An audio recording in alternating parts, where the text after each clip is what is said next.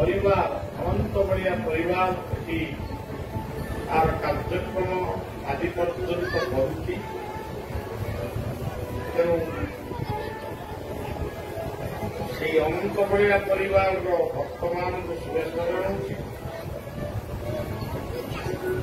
ये गाँव युवक माने जो माने भल काम करुछंती शिक्षाविद सेमानकु शुभेच्छा जणाइबा सहित मातृमंडली मानकु शुभेच्छा जनाऊँगी। मां रूपरे प्रणाम जनाऊँगी। पतिहरा मां मानकु प्रणाम जनाऊँगी एवं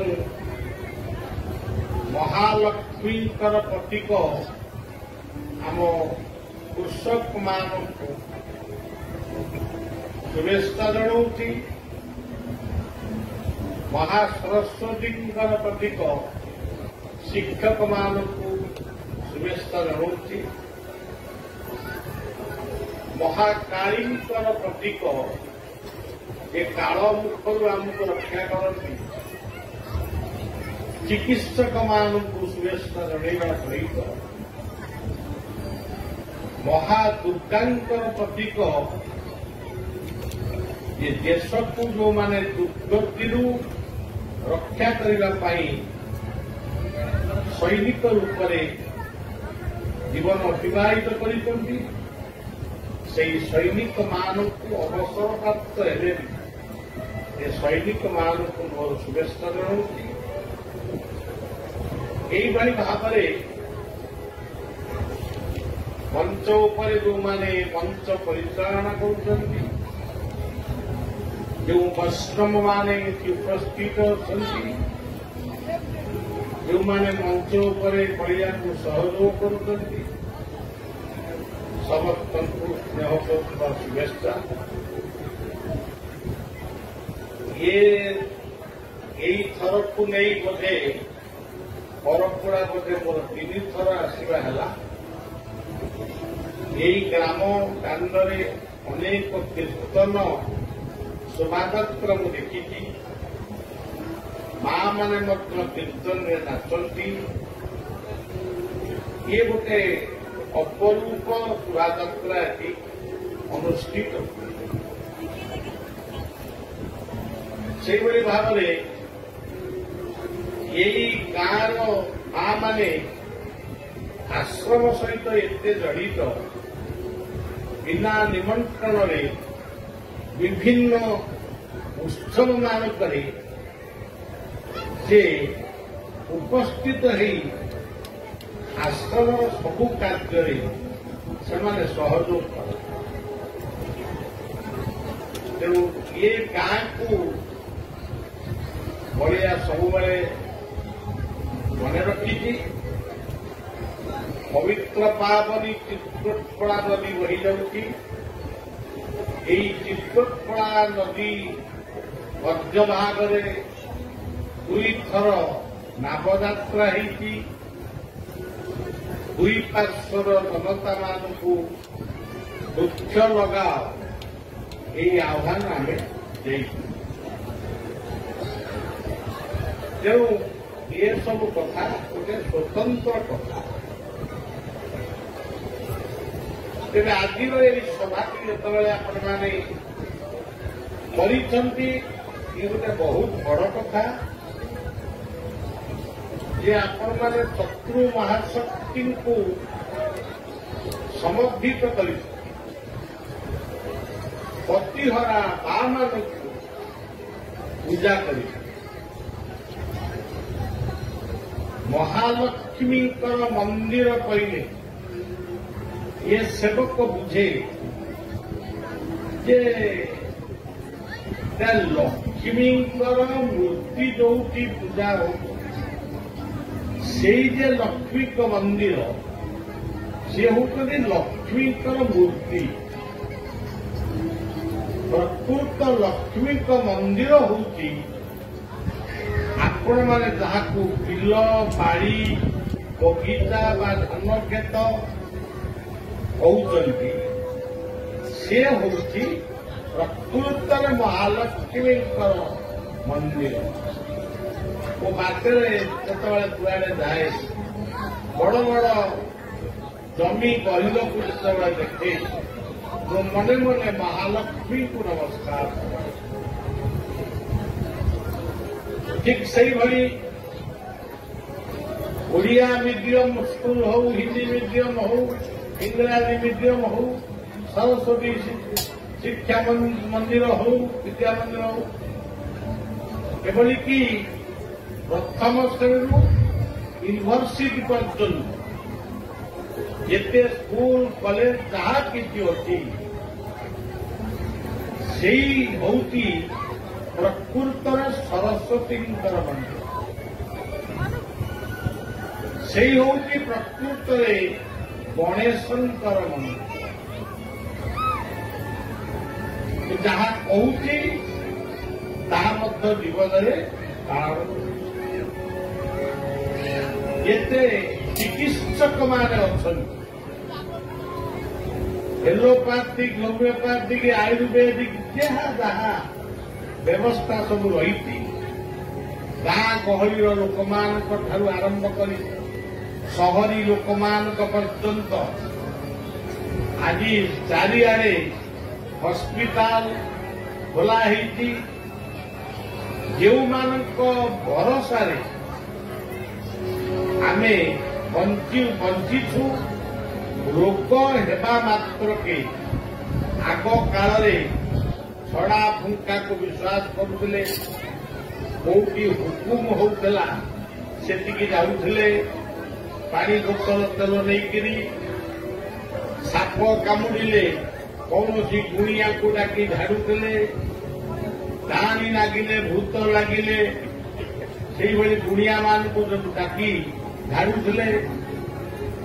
ଏଇଭଳିଆ କାର୍ଯ୍ୟକ୍ରମ ଯେତେବେଳେ ଚାଲୁଥିଲା ଅନେକ ଲୋକ ମୃତ୍ୟୁବରଣ ମଧ୍ୟ କରୁଥିଲେ।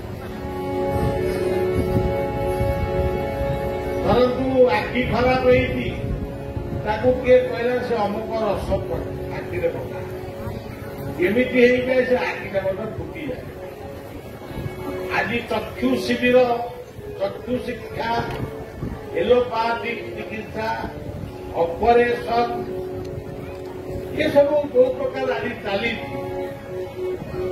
ଏଇ ହେଉଛି ପ୍ରକୃତରେ ଚିକିତ୍ସକମାନେ ହେଉଛନ୍ତି ମହାକାଳୀଙ୍କର ପୂଜକ ଏବଂ ଚିକିତ୍ସାଳୟ ହେଉଛି ପ୍ରକୃତରେ ମହାକାଳୀଙ୍କର ମନ୍ଦିର।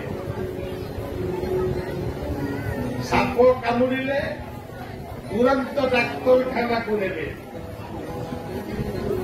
ଯୋଉ ଠାକୁରଙ୍କ ବିଶ୍ୱାସ ସେ ଠାକୁରଙ୍କ ନାଁରେ ନିଅନ୍ତି। କିଏ ଯଦି ଝାଡ଼ିବ ସେ ଡାକ୍ତରଖାନାକୁ ଗଲା ପରେ ଝାଡ଼ୁ, କିନ୍ତୁ ମୃତ୍ୟୁ ହେବା ପରେ ତା ମରିବାକୁ 5 ମିନିଟ୍ ଥିବ, ତାକୁ ନେଇ କୋର୍ଟରେ ଲାଭ କିଛି ହବ ନାହିଁ। ପିହୁଡ଼ା ମାରିଲେ ବେକରେ ଚେକ ଦିଆଯିବ। ଏଇ ସବୁ ଚିକିତ୍ସାକୁ ବଳିଆ ଗ୍ରହଣ କରେ ନାହିଁ। ଏବେ ଯାହା ହଉ ସେ ହେଉଛନ୍ତି ମହାକାଳୀଙ୍କର ସୈନିକମାନେ, ଯେଉଁମାନେ ବରଫାବୃତ ଅଞ୍ଚଳରେ ଦେଶର ସୀମାନ୍ତରେ ନିଜର ପରିବାରକୁ ପଛରେ ପକାଇ ଦେଶ ପାଇଁ ସେମାନେ କାର୍ଯ୍ୟ କରନ୍ତି। ଯଦି ଯୁଦ୍ଧ ଆସେ ସେ ପରିବାରକୁ ଜଣେଇ ଦିଅନ୍ତି ଆମେ ବଞ୍ଚିଲେ ଦେଖାହେବ, ମରିଲେ ଦେଶ ପାଇଁ ମରିବୁ। ତେଣୁ ସେଇ ଯୋଉ ସୈନିକମାନେ ଆଜି ବି କାର୍ଯ୍ୟ କରୁଛନ୍ତି, ସେଇ ହେଉଛନ୍ତି ମହାଦୁର୍ଗାଙ୍କର ମନ୍ଦିର। ଆଜି ଭାରତର ସୀମାନ୍ତ, ପାକିସ୍ତାନର ସୀମାନ୍ତ, ଚୀନର ସୀମାନ୍ତ, କେବଳ ସୀମାନ୍ତକୁ ନେଇ ଆଜି ଯୁଦ୍ଧର ଆହ୍ୱାନ ଦିଆଯାଏ। ଏ ଯୁଦ୍ଧ କଣ ଆମେ କରୁ? ଯୁଦ୍ଧ କରନ୍ତି ଶୈଳୀ କଳା। ସେଥିପାଇଁ ଆମେ ଗୋଟିଏ ବନ୍ଦନା ଗାଉ, ଏଇଠି ବି ବର୍ତ୍ତମାନ ଆମେ ଗାଉଛୁ ମହାଲକ୍ଷ୍ମୀ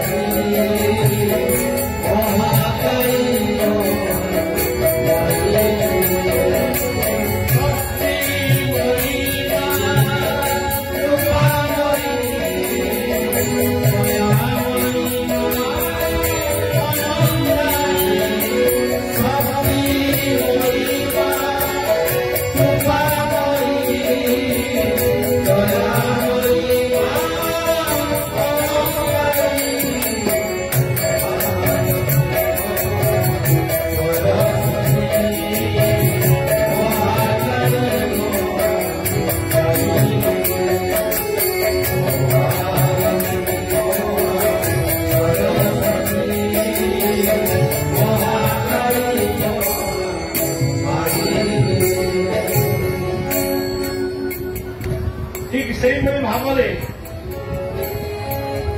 ଏଠି ଯୋଉ ଯଜ୍ଞ ଆପଣମାନେ କରୁଛନ୍ତି, ଗୀତା କହିଛନ୍ତି ଯଜ୍ଞ କରନ୍ତୁ। ବେଦେଷୁ ଯଜ୍ଞେଷୁ ତପସୁ ଦୈବ ଦାନେଷୁ ଯତ ପୁଣ୍ୟ ଫଳଭୂତି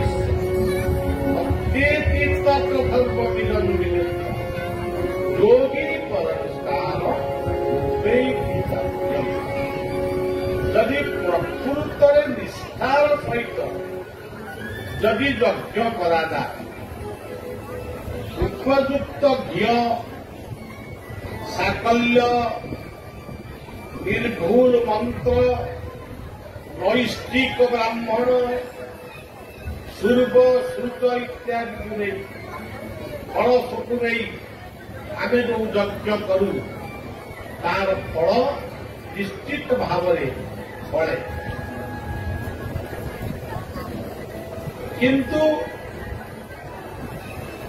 आज यज्ञ बहु जगार लक्ष लक्ष यज्ञ हो उपयुक्त द्रव्य आज मिलूनी भल गुआ घी टे मिलू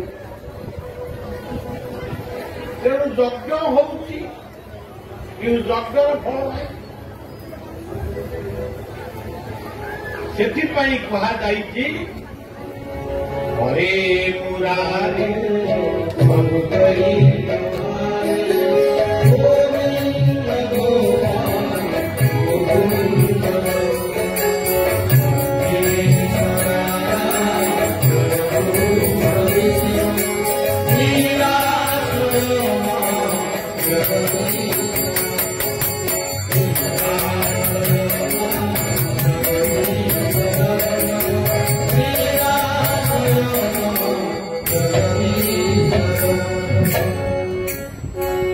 यज्ञ कलु निआ जलिला सी अग्नि अम्लजान को पड़ा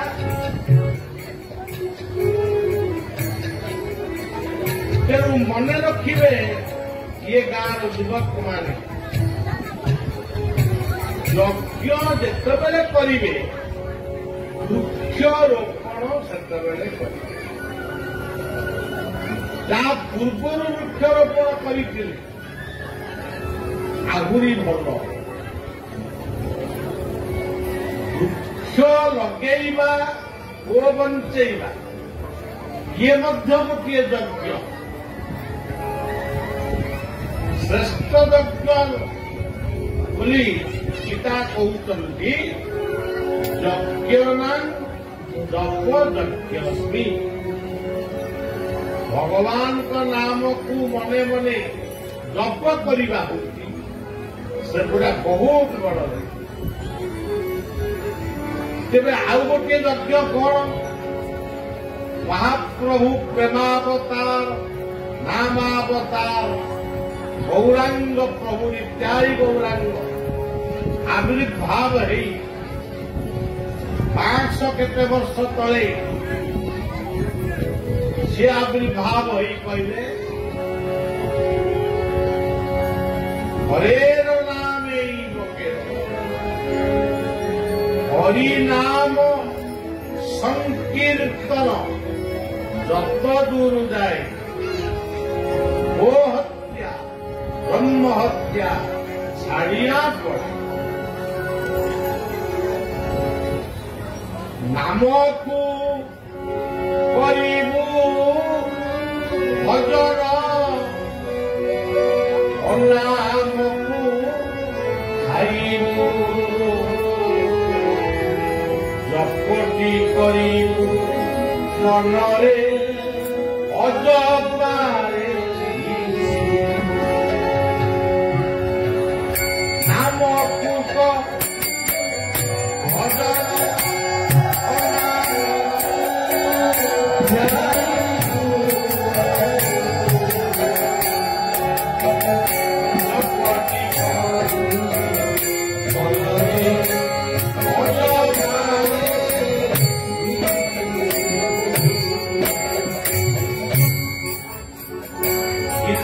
सततम कीर्तयन्तु मां देवमाने कीर्तन करन्ति भागवत केमती कहले नाम श्रवण कीर्तने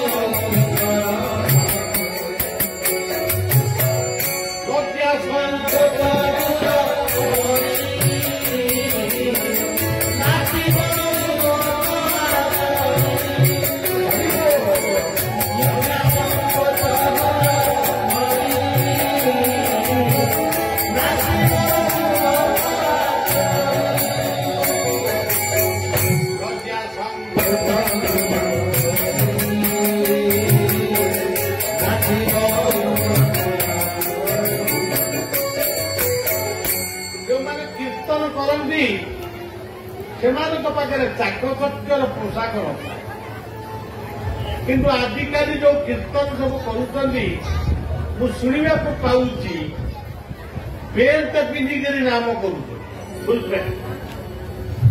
एवं अनेक स्थान मद्य टिके टिके पीक नाम कर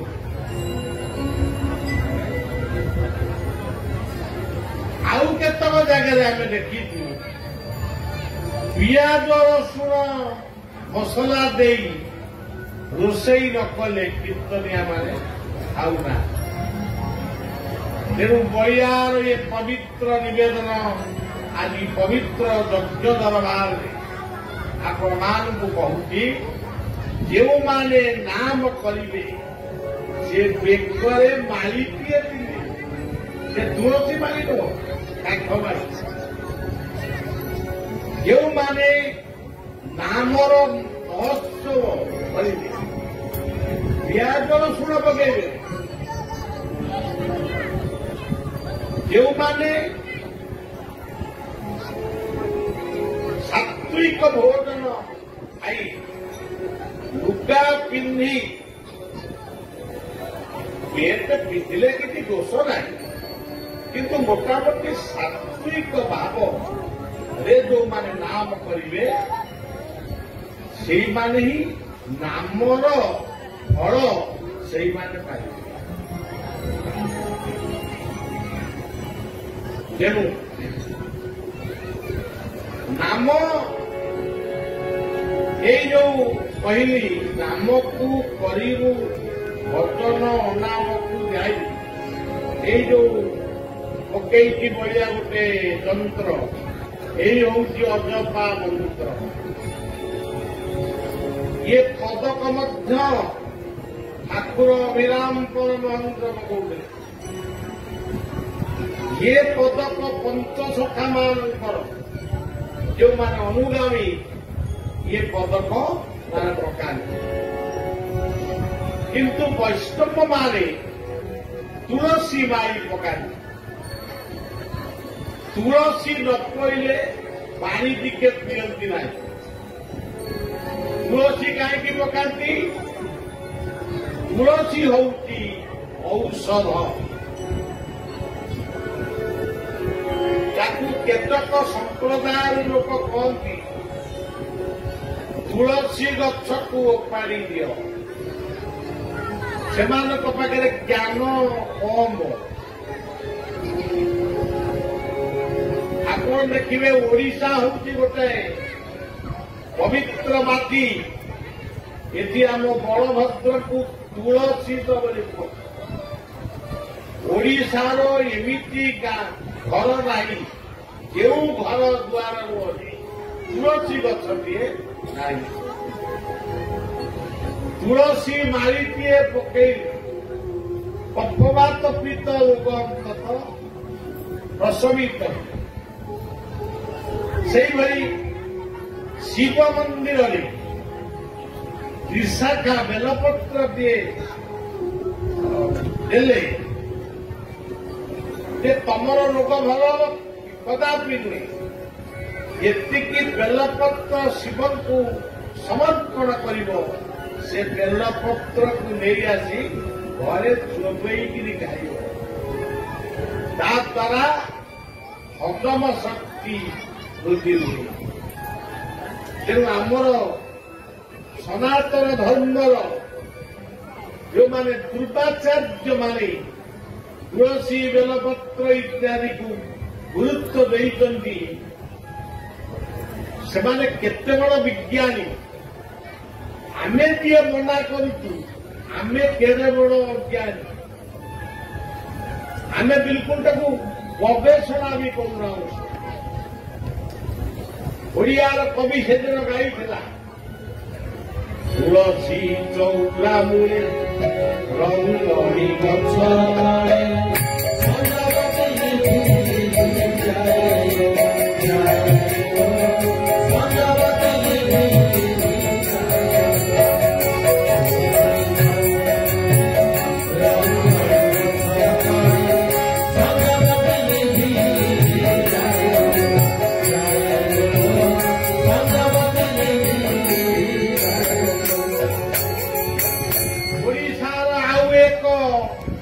सुंदर योजना आज तो आमर सब संघ गढ़ा अमुक ठाकुर संघ अमुक बाबा संघ किंतु दिने समय थिला भारतर पराधीन भारत जिते लोक इंग्रेज मान डर घर बाहरी नथिले सेतबेले आपण मन पकांतु 1947 पूर्व जिते संघ थिला को संघ थिला को ठाकुर मानकर एते मंदिर एते प्रचार होउतला ये जहाँ को ठाकुर बोली भावुला ता मन भीतर से रखिला ये जहाँ को गुरु बोली चिंता करिला ता मन भीतर रखिला एवं कौ गोटिक संघ थिला से थिला पवित्र भागवत कुंडी ओडिया धरणी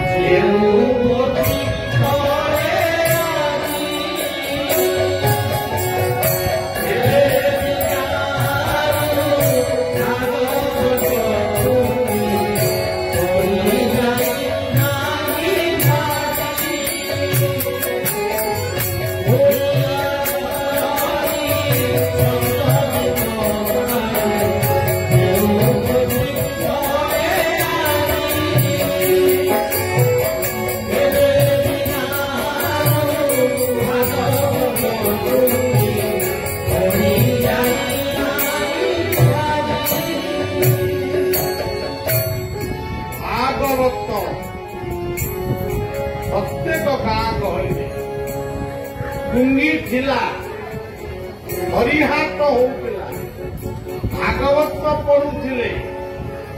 ମଣିଷ ମଲା ପୂର୍ବରୁ ତାର ଝିଅ ବୋହୂ ବା କେହି ଭାଗବତ ତାକୁ ଶୁଣଉଥିଲେ। ସେଥିପାଇଁ କୁହାଯାଇଥିଲା ପବିତ୍ର ଶାସ୍ତ୍ର ଭାଗବତ।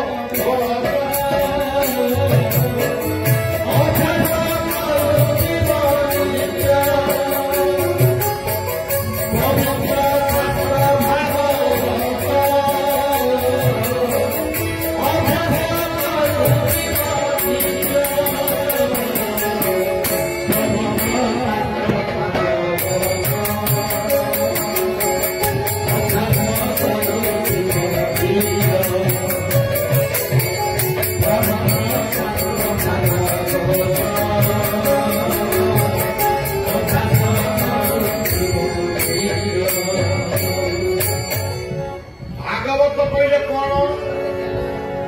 ଭା କହିଲେ ଭାବ। ଆମେ ଏଠି ଯେତେ ବସିତେ ନିଜକୁ ଭାବିବା, ଆମ ଭିତରେ ଭାବ ଅଛି ତ? ସ୍ୱାମୀ ସ୍ତ୍ରୀ ଭିତରେ ଭାବ, ବାପ ପୁଅ ଭିତରେ ଭାବ, ମା ଝିଅ ଭିତରେ ଭାବ,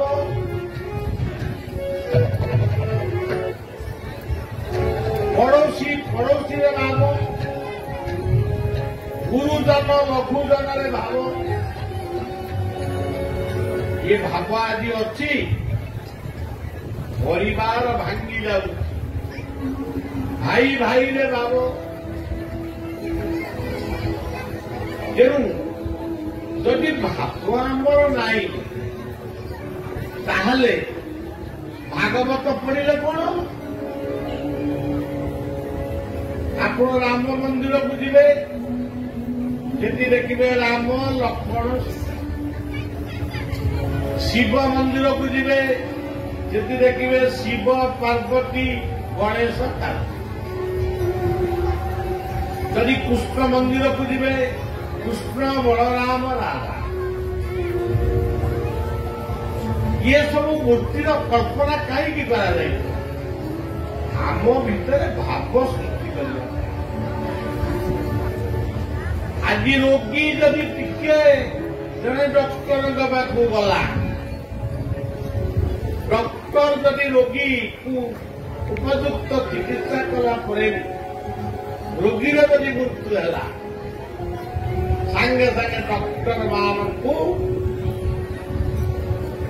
ମାନେ ମାରିବା ପାଇଁ, ମେଡିକାଲକୁ ଜାରି ଦେବା ପାଇଁ ଆମେ କିଛି ରୋଗୀକି ପ୍ରକୃତରେ ସେ ଅବହେଳା କରିଛନ୍ତି କି ନା, ତା ପ୍ରମାଣ ଆମେ କିଛି ପାଇବୁ।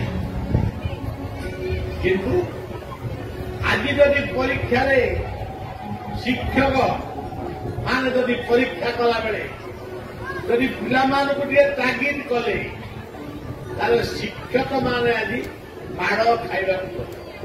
ମାଡ଼ ତ ଖାଇବେ। ତେଣୁ ସଜ୍ଜନ ଏଇ ନିକଟରେ କାଶ୍ମୀରର ଜାମ୍ମୁ କାଶ୍ମୀରରେ ସୈନିକମାନଙ୍କୁ ଟେକା ପକଉ। ତେବେ ଆଜି ମଣିଷର ଅହଙ୍କାର ଏମିତି ବଢିଯାଏ।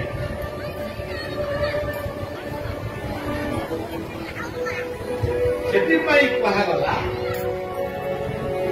ଭାରେ ଭାବ, ଭାବ ରଖ, ଦୁର୍ଜୟ ଦେହ ମୋର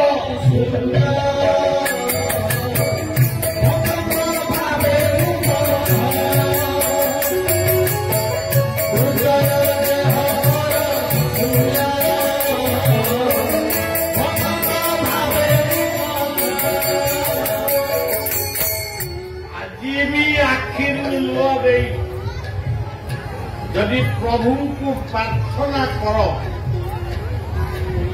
ତାହେଲେ ନିଶ୍ଚିତ ଭାବରେ ସିଏ ତମ କଥା ଶୁଣିବ।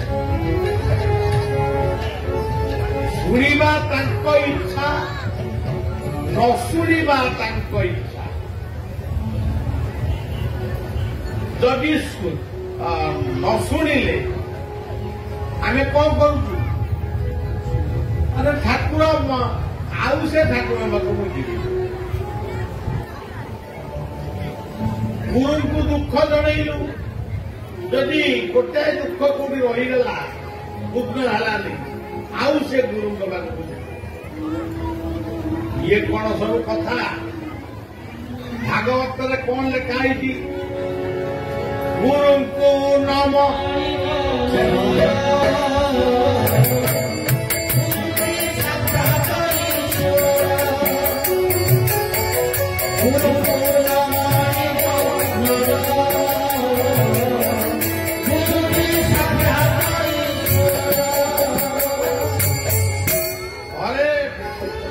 ବୟସ୍କ ଲୋକ ଅଛନ୍ତି, ମାନେ ଠାକୁର ବି ରଖିଛନ୍ତି। ଗୋଟିଏ ଫଟୋ ରଖିଲେ କଣ ଠାକୁର ମିଳିବେନି?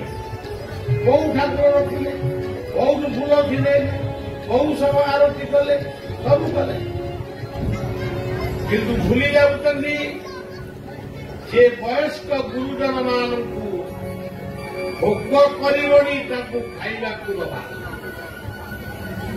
ସେ ମାଗୁଥିବେ ମୁଁ ଠାକୁର ପୂଜା ସାଇରେ ଦେବି।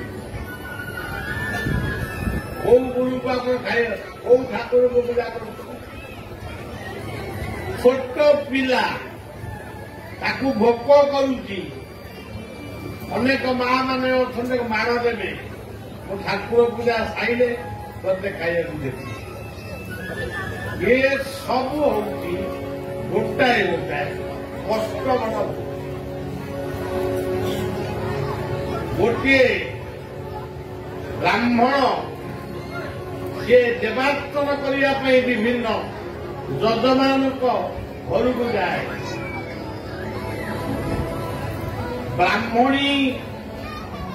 ବ୍ରାହ୍ମଣୀକୁ ଖାଇବାକୁ ମାଗେ, ମତେ ଦିଟା କଣ ଖାଇବାକୁ ଦେଲେ ମୁଁ ଯିବି।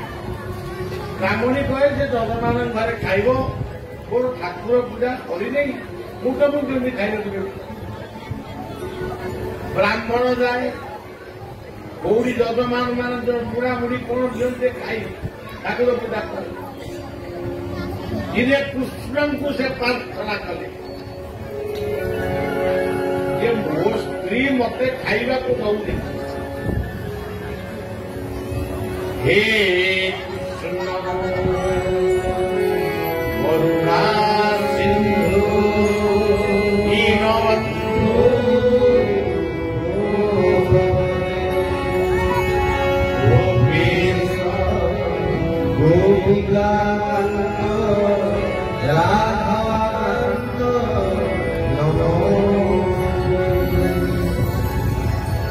ସେ ମନ୍ତ୍ର ଦ୍ୱାରା କୃଷ୍ଣଙ୍କୁ ଆବାହନ କଲେ।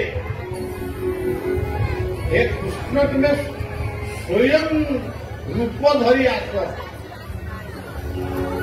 ମୋ ସ୍ତ୍ରୀ ଆପଣଙ୍କୁ କେମିତି ପୂଜା କରୁଛି ଆପଣ ତାକୁ ଦେଖନ୍ତୁ। କୃଷ୍ଣ ଯେତେବେଳେ ଆବିର୍ଭାବ ହେଲେ, ଅବଧି କୁସୁମ ଶ୍ୟାମ ପଦ୍ମାର୍କଂ ପୀତବା କଦମ୍ବ ମାଲିନ ଧାୟତେ। କୃଷ୍ଣ ଅବତରଣ ହେଲେ, ସ୍ୱାମୀ ବ୍ରାହ୍ମଣୀଙ୍କୁ ପଚାରିଲେ, ଆରେ ଏଇ କୃଷ୍ଣଙ୍କୁ ତୁ ପୂଜା କରୁଛୁ, ସେ ସବୁଦିନ ଆସୁଛନ୍ତି? ସ୍ତ୍ରୀ ଭାବିଲା ଯେ ମୋ ଚରିତ୍ରକୁ ବୋଧେ ମୋ ସ୍ୱାମୀ ସନ୍ଦେହ କଲେଣି। ସ୍ୱାମୀ କି ସନ୍ତୁଷ୍ଟ କରିବାକୁ ଯାଇ କୃଷ୍ଣ ଫଟୋର ପୂଜା ଛାଡ଼ି ଗୋଟେ ଛାଞ୍ଚୁଡ଼ି ଧରି ସେଇ ଜୀବନ୍ତ କୃଷ୍ଣଙ୍କ ପଛେ ପଛେ ଦୌଡ଼ିଲା। କୃଷ୍ଣ ଅନ୍ତର୍ଧ୍ୟାନ, ସ୍ୱାମୀ ତାଙ୍କୁ ବୁଝେଇଲେ, ଯାହାଙ୍କୁ ପୂଜା କରୁଥିଲୁ ସେ ଯେତେବେଳେ ଆସିଲେ ତାକୁ ଛାଞ୍ଚୁଡ଼ି ଧରି ଗୋଡ଼େଇଲେ। ତେଣୁ ସମସ୍ତେ ମନେ ରଖ, ଖାଲି ଘୃତ ଆହୁତି କରିଦେଲେ ହବନି, ଖାଲି ନାମ ଯଜ୍ଞ କଲେ ବି ହବନି, ଖାଲି ଜପଯଜ୍ଞ କଲେ ବି ହବନି। କଳିଯୁଗରେ ନାମ ଯଜ୍ଞ, ଅନ୍ନ ଯଜ୍ଞ, ବସ୍ତ୍ର ଯଜ୍ଞ, ଆଜି ପତିହରା ମା ମାନଙ୍କୁ ଯୋଉ ପୂଜା କଲେ ଇଏ ଗୋଟେ ଛୋଟିଆ କଥା ନୁହେଁ। ବିଦ୍ୟାର୍ଥୀ ମାନଙ୍କୁ ମାନପତ୍ର ଦେଲେ ଯଦି ଶନି ସପ୍ତା ପଡେ ବା ଶନି ସପ୍ତା ପଡିବ, ଶନି ମେଳା ସମସ୍ତେ କହୁଛ, କିନ୍ତୁ ଛୋଟ ଛୋଟ ବିଦ୍ୟାର୍ଥୀ ମାନଙ୍କୁ ଯଦି ଘରେ ଭୋଜନ ଦେବ, ବିଦ୍ୱାନ ମାନଙ୍କୁ ପୂଜନ କରିବ, ତାହେଲେ ଶନି ସନ୍ତୁଷ୍ଟ ହେବେ।